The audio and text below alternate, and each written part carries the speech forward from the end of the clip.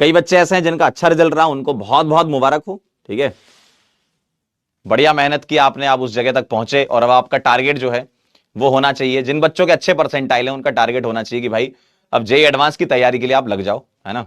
अब आपका focus JEE advance होना चाहिए। और जिनको लग रहा है कि यार हम पैरेलल अटेम्प्ट को भी एक बार ट्राई करना चाहते हैं, तो उनके बारे में भी मैं डिस्कस करूंगा। और जिन बच्चों के बहुत अच्छे परसेंटाइल नहीं आए हैं, जिन्होंने मेहनत की थी, आप एग्जाम के टाइम पे घबरा गए, ऐसा भी है। कई बच्चे बहुत अच्छे से तैयारी करके जाते हैं, पेपर वाला दिन उनका ऐसा होता है कि यार थोड़ी दिक्कत है, ठीक है, पेपर वाले दिन ऐसा होता है कि यार नहीं हो पाता, मैनेज नहीं हो पा रहा है, या सवाल देख के घबराहट हो जाती है। बहुत सारे फैक्टर होते हैं, आपके अच्छे परसेंटाइल ना आने के कई सारे फैक्टर होते हैं। एक आध फैक्टर से मैं नहीं बता सकता कि यार इस वजह से तुम्हारे परसेंटाइल नहीं आए, कई सारे फैक्टर होते हैं, पेपर वाला दिन भी डिपेंड करता है, ठीक है। और ऐसा भी होता है कि आखिरी मोमेंट पे रिवीजन करके नहीं जा पाते हैं, क्योंकि जेई में सबसे थोड़ी सी दिक्कत वाली बात यह भी होती है कि आपका सिलेबस ना बहुत जल्दी जल्दी कवर होता है, क्योंकि ऑप्शन नहीं रहता हमारे पास।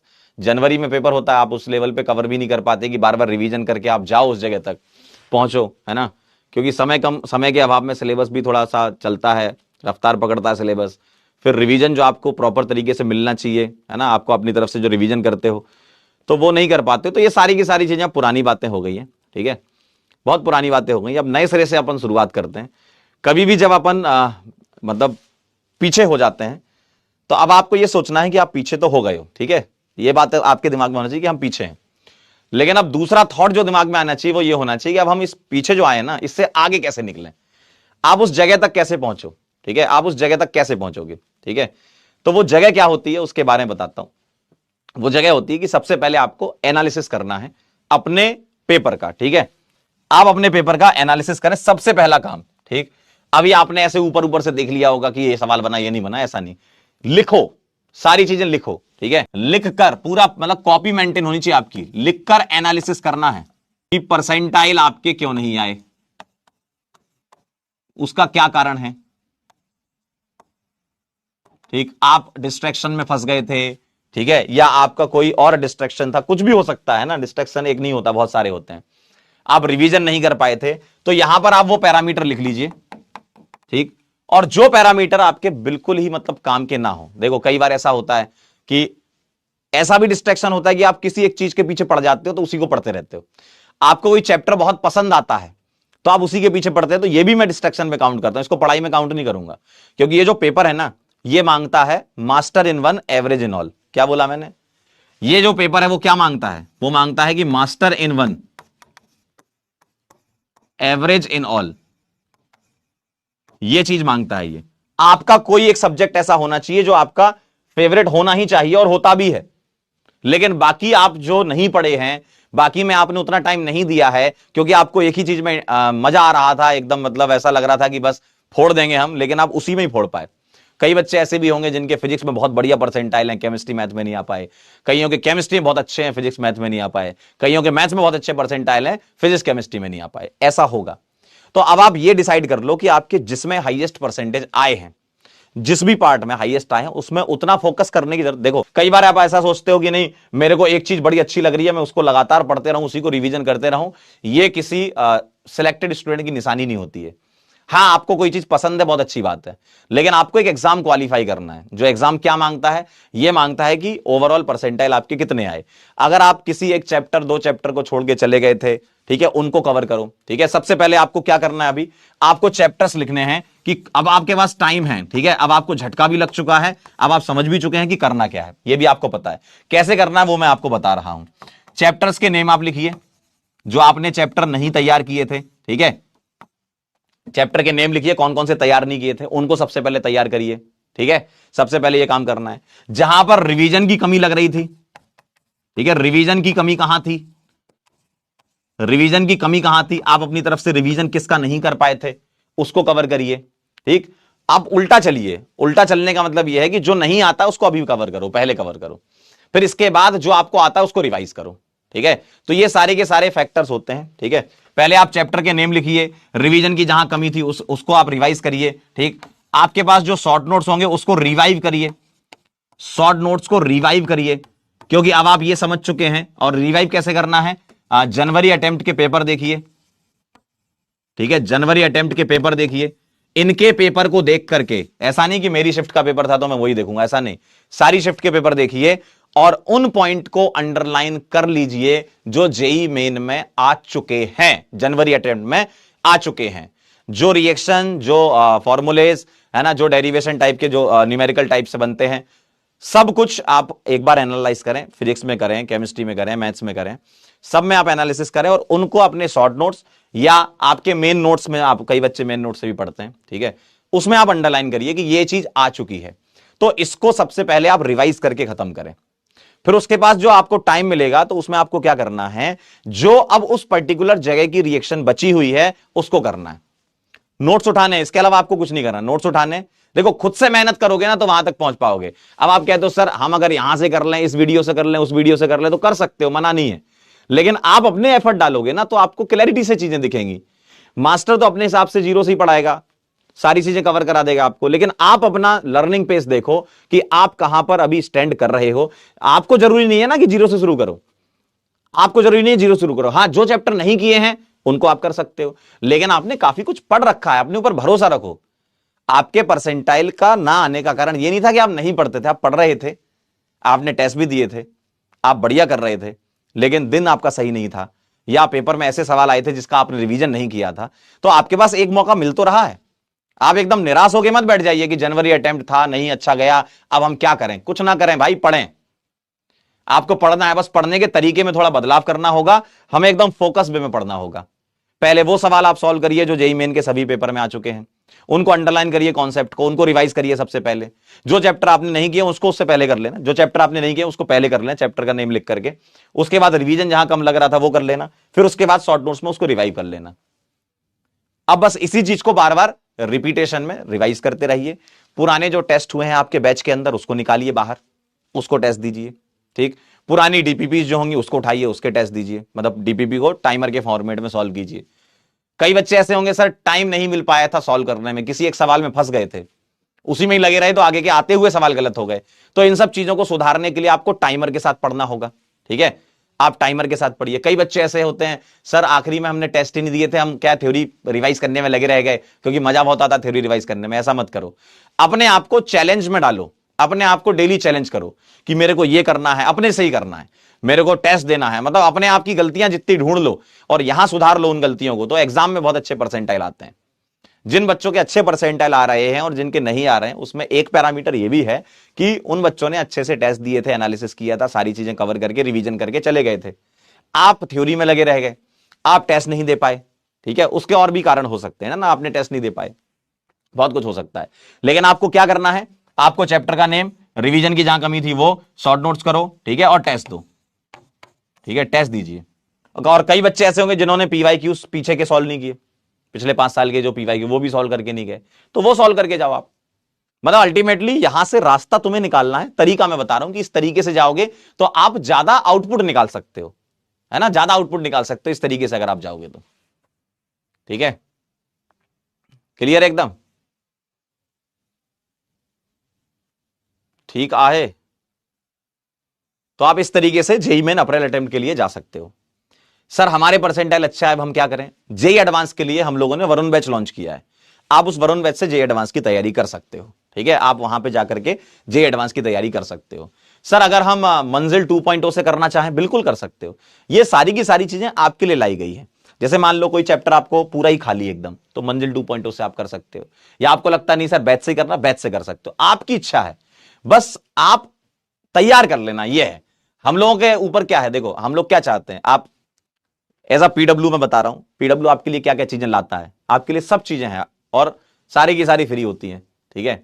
ऐसा नहीं कि कोई पर्टिकुलर जगह पे जैसे मंजिल 2.0 कोई पेड है, फ्री सीरीज है, वरुण भी आपके लिए फ्री है। आपको उसमें से आउटपुट निकालना है कि मैं अपना 100% कैसे दे सकता हूं। आपको लग रहा है कि यार सर हमने पढ़ा था, आपने जब पढ़ाया था तो उस समय पढ़ लिया था, अब मैं सवाल लगाऊंगा, सवाल लगाओ, सवालों से सीखो। कई बार ऐसा होता है कि थ्योरी हर सवाल नहीं एक्सप्लेन कर पाती है, ऐसा नहीं होता भाई, कोई भी टीचर हो या कोई भी बुक हो, आप पूरी की पूरी थ्योरी पढ़ लो फिर भी आपसे सवाल नहीं बनेगा, क्योंकि सवाल कुछ और डिमांड करता है, तो सवाल भी कुछ सिखाता है आपको, तो सवालों को भी आपको यहां से लगाना है, ठीक है, सवालों को भी आपको यहां से लगाना है। रिवीजन की कमी रहती तो आपको छोटे सवाल भी स्ट्राइक नहीं कर पाते। आप बच्चों से कई ऐसे सवाल गलत हुए होंगे जो आपने बाहर आके देखा होगा, अरे यार इतना आसान सवाल था ये, इसमें ये करना था, मैं ये नहीं कर पाया। तो ये रिग्रेट नहीं होना चाहिए आपके अंदर। आपके अंदर ये होना चाहिए कि मैंने अपना 100% दिया, मैं पेपर देने गया था, मैंने 100% दिया, मेरा सिलेक्शन होगा नहीं होगा वो बात की बात है, लेकिन मैंने अपना 100% दिया। ठीक है, ये आपके अंदर फील्ड डेवलप होनी चाहिए। ठीक, क्लियर है। जेई चैलेंजर पे भी एडवांस का चल रहा है, वहां से आप क्वेश्चंस की प्रैक्टिस कर सकते हो। ठीक है, मंजिल 2.0 से जेई मेन के लिए जो टारगेट कर रहे हैं अप्रैल अटेम्प्ट के लिए, वहां से कर सकते हो। वरुण बैच आपके लिए लाए हैं हम लोग, उससे आप एडवांस की तैयारी कर सकते हो। तो बहुत सारे फैक्टर्स होते हैं। ठीक है, बाकी मैं भी बैच के अंदर आऊंगा जिसमें मैं आपको प्रैक्टिस कराऊंगा एडवांस के क्वेश्चन की। ठीक है, तो वो सब चीजें आपके साथ होंगी। ठीक, कह रहे यस कोच, बिल्कुल। अब आप देखो, आप लग जाओ। आपको क्या है, आपको प्रैक्टिस करने की जरूरत है। थ्योरी कितनी ही बार बार पढ़ोगे, ठीक है, कोई चीज तुमने नहीं पढ़ी है तो उसको नए सिरे से शुरू करके पढ़ सकते हो, टाइम है आपके पास, लेकिन वो परसेंटेज मेरे ख्याल से बहुत नहीं होगा। आप जब पेपर देने गए होगे, ऐसा थोड़ी है कि पूरा 100% ही छोड़ के चले गए थे, पढ़ के गए थे ना आप। हो सकता है 1-2 चैप्टर आपसे नहीं हो पाए थे, ठीक है, तो वो 2 चैप्टर कवर कर लेंगे अपन, है ना। तो वो 2 चैप्टर आप अच्छे से रिवाइज करके चले जाओ। तो आपके पास सारी चीजें अवेलेबल हैं, बस उसको एक सीक्वेंस में सेट करना है। और डिसिप्लिन और रूटीन ऐसी चीज है ना जो सबके बस की बात नहीं है। अगर आप उस रूटीन से, उस डिसिप्लिन से चलोगे ना, अप्रैल अटेम्प्ट के लिए आपके बहुत अच्छे परसेंटाइल आएंगे। लगातार आपको वही रिपीटेशन में आना है। आपको थोड़ा बोरिंग भले ही लगेगा कि यार सर डेली उठ रहे हैं, डेली हो रहा है, ऐसा बिल्कुल भी टेंशन नहीं लेना। ठीक है, आपको बिल्कुल भी टेंशन नहीं लेना। आपको लगातार चीजों को रिवाइज करते रहना है, रिवाइज करते रहना, रिवाइज करते रहना। ठीक है बेटा, क्वेश्चन गलत होंगे तो उन क्वेश्चन से सीखो ना कि गलती किस वजह से हो रही है। क्या आपकी कॉन्सेप्चुअल मिस्टेक हो रही है? क्या आपने न्यूमेरिकल सॉल्व करने में गलत डेटा पुट कर दिया था? क्या आपसे कुछ फॉर्मूला स्ट्राइक नहीं कर पा रहा है? जैसे फिजिकल केमिस्ट्री की बात है, डायरेक्ट फॉर्मूले बेस्ड सवाल होते हैं, डायरेक्ट फॉर्मूले बेस्ड। तो आप एक एक पेज में हर एक चैप्टर के फॉर्मूले लिख सकते हो। ऑर्गेनिक के रिएक्शन बेस्ड सवाल होते हैं, आप हर एक चैप्टर का शॉर्ट नोट्स बना सकते हो, माइंड मैप बना सकते हो। तो ये सब आप खुद से करोगे ना, तभी आपके अंदर वो चीज आएगी, है ना। इनऑर्गेनिक में पूरा का पूरा पेपर एनसीईआरटी बेस्ड आता है, जो क्लास में टीचर्स पढ़ाते हैं वही सवाल आ रहे हैं। बस जरूरत है तुम्हें अपने अंदर की उस आग को, जो तुमने डे 1 पे सोचा था, जब तुमने बैच ज्वाइन किया था, क्या सोच के बैच ज्वाइन किया था कि आईआईटी में जाएंगे या अच्छे एनआईटी में जाएंगे, तो वो अपने अंदर लाओ।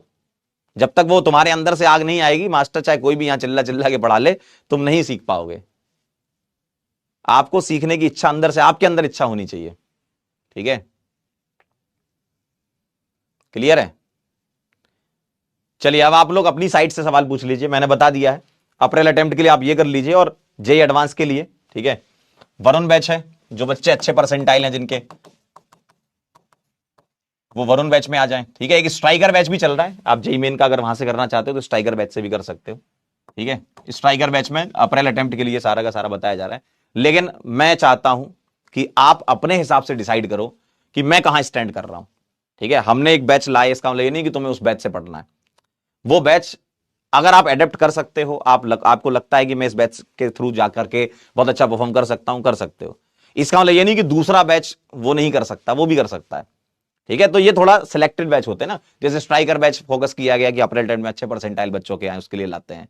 वरुण बैच किया गया कि यार एडवांस के सवालों की प्रैक्टिस यहां कराते हैं ताकि बच्चों का लेवल बढ़े। ठीक है, तो ये सारी चीजें प्लान की जाती हैं। ठीक, तो वरुण एडवांस से आप जे एडवांस का कर सकते हो। ठीक, अब जैसे एज अ टीचर, ठीक है, बहुत दिल से बात हो रही है आज। हाँ, एज अ टीचर मैं बात करूं कि भाई मैं आपकी क्या क्या हेल्प कर सकता हूं, तो काफी चीजों में मैंने आपकी ऑलरेडी हेल्प कर दी है। ठीक है, कुछ टेस्ट पेपर्स हमने अलग से बनवा के दिए हैं, वरुण बैच में भी दिए हैं, ठीक है, स्ट्राइकर बैच में भी दिए हैं।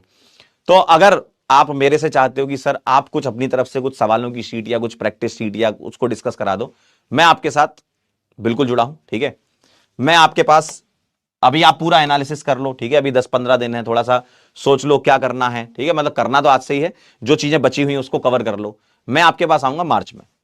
ठीक है, मैं आपको थोड़ा समय देना चाहता हूं ताकि आप थोड़ा सा समझ लें सारी चीजों को। ठीक, मार्च में मैं आपके पास आऊंगा, मार्च में हम स्टार्ट करेंगे। मैं अपनी तरफ से भी आपको रिवाइज करा दूंगा। ठीक है, मैं अपनी तरफ से क्या कर सकता हूं आपके लिए, मैं अपनी तरफ से आपको रिवाइज करवा दूंगा। ठीक है, रिवीजन में कुछ जेई मेन के सेशंस ले लूंगा आपके अप्रैल अटेम्प्ट के लिए। ठीक, जेई एडवांस के सेशन ले लेंगे अपन। ठीक, जेई एडवांस में अपन क्वेश्चन प्रैक्टिस करेंगे, जो एडवांस लेवल की क्वेश्चन प्रैक्टिस होती है उसको करेंगे अपन। जेई मेन के क्वेश्चन प्रैक्टिस करेंगे अपन। ठीक, और साथ में ना मैं कुछ ऐसे अलग टाइप के सवालों को ला रहा हूं आपके पास। जैसे पिछले साल ना केमिस्ट्री में, खासकर ऑर्गेनिक में, है ना, उसकी मैं तैयारी कर रहा हूं। ऑर्गेनिक केमिस्ट्री में कुछ ऐसे सवाल थे, देखने में आसान थे, लेकिन उसको स्ट्राइक करने में थोड़ी दिक्कत आ रही थी कि शुरू कहां से करें। तो थोड़े ऐसे सवाल होते हैं ना, अननोन पहले ही दे दिया जाता है। जैसे कई बार क्या होता है, आपको नोन चीज पहले पता होती है, फिर तुम रिएक्शंस को आपके दिमाग में आती जाती हैं, आप करते जाते हो। लेकिन जो पिछले साल का पेपर का एनालिसिस मैंने किया है कि बच्चों को स्टार्टिंग ही नहीं पता, मिड का पता है, आखिरी का पता है। तो इस बार मैं कुछ ऐसे सवाल तैयार कर रहा हूं जिसमें आपको स्टार्टिंग ही गायब हो जाएगी। जैसे ना कुछ अननोन ए है, फिर आपको बीच में कुछ दी गई है रिएक्शन, तो आप वहां तक कनेक्ट बिठाना। काफी बच्चों ने कनेक्ट नहीं बिठा पाया था लास्ट ईयर का। आप ऑर्गेनिक का सवाल करना, है ना, ऑर्गेनिक के 2-3 सवाल आप करना, उसमें स्टार्टिंग में कनेक्ट नहीं बैठ रहा है, लेकिन जब तुम थोड़ा बीच में आते हो या आखिरी में आते हो, एकदम एंड वाली लाइन से पता चल रहा है अच्छा इसमें ये करना था।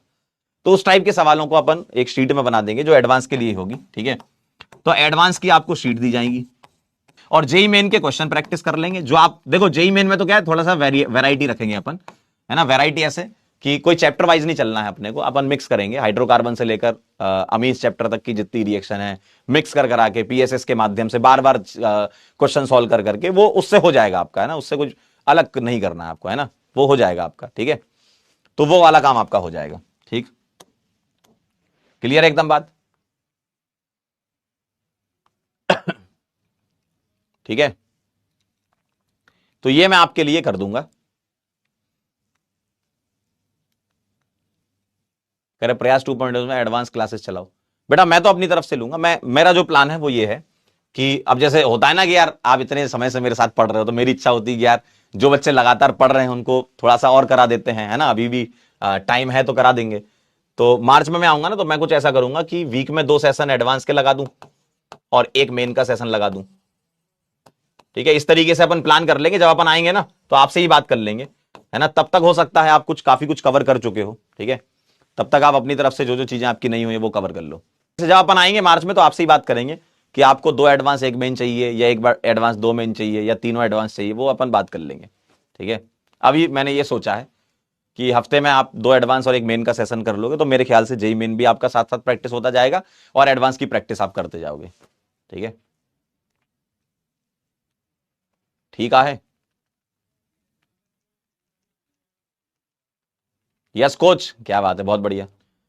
अपन इसमें भाई डेली पढ़ाने से भी मतलब नहीं ना, टेस्ट भी डालेंगे ना इसमें।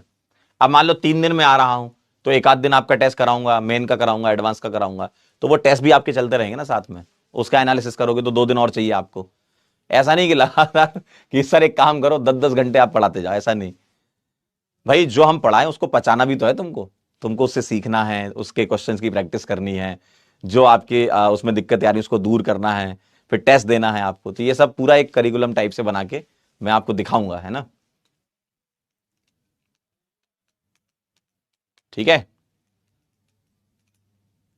ठीक है। जेई मेन के लिए पढ़ा था, भूल गया है भाई।